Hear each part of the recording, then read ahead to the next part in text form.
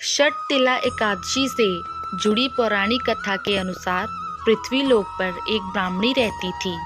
वह भगवान विष्णु की भक्त थी और हमेशा पूजा पाठ करती और व्रत रखती थी। भले ही वह खूब धार्मिक थी, लेकिन उसने कभी किसी पूजा में दान नहीं किया और ना ही उसने कभी देवताओं या ब्राह्मणों को अन्न या धन का दान दिया। लेकिन कठोर व्रत और पूजन से भगवान विष्णु उसे प्रसन्न थे। भगवान ने सोचा कि ब्राह्मणी ने अपने व्रत और पूजन से बैकुंठ लोक को पाने का आशीर्वाद प्राप्त तो कर ही लिया है, लेकिन इसने कभी भी किसी को अन्न का दान नहीं किया। ऐसे में बैकुंठ लोक में इसके लिए भोजन की व्यवस्था कैसे होगी? इसलिए विष्णु जी भिक्षुक के वेश में ब्राह्मणी के पास भिक्षा मांगने पहुँचे।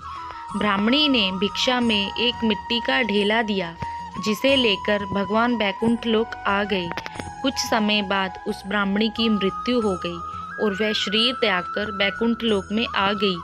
उसने मिट्टी का दान किया, जिस कारण उसे बैकुंठ लोक में एक कुटिया मिली, लेकिन वहाँ अन्न आदि कुछ भी नहीं था।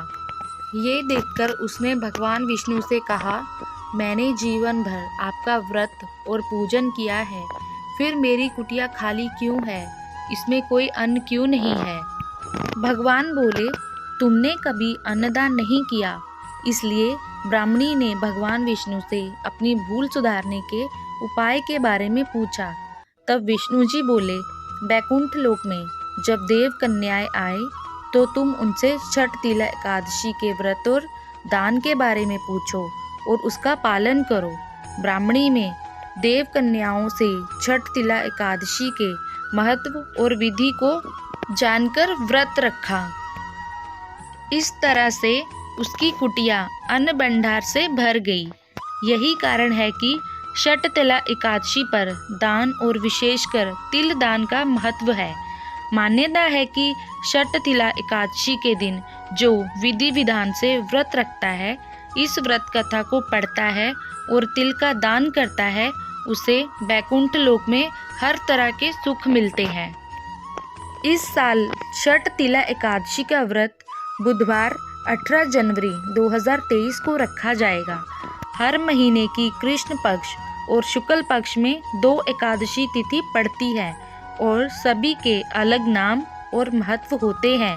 षटतिला एकादशी के व्रत को लेकर एक ऐसी मान्यता है कि इस एकादशी व्रत में व्रत पूजा करने से दाम्पत्य जीवन में खुशहाली आती है, लेकिन व्रत और पूजन का फल आपको तभी प्राप्त होता है जब आप पूजा में षटतिला एकादशी की व्रत कथा का पाठ करेंगे।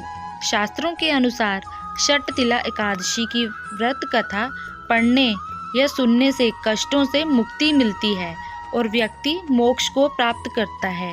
धन्यवाद।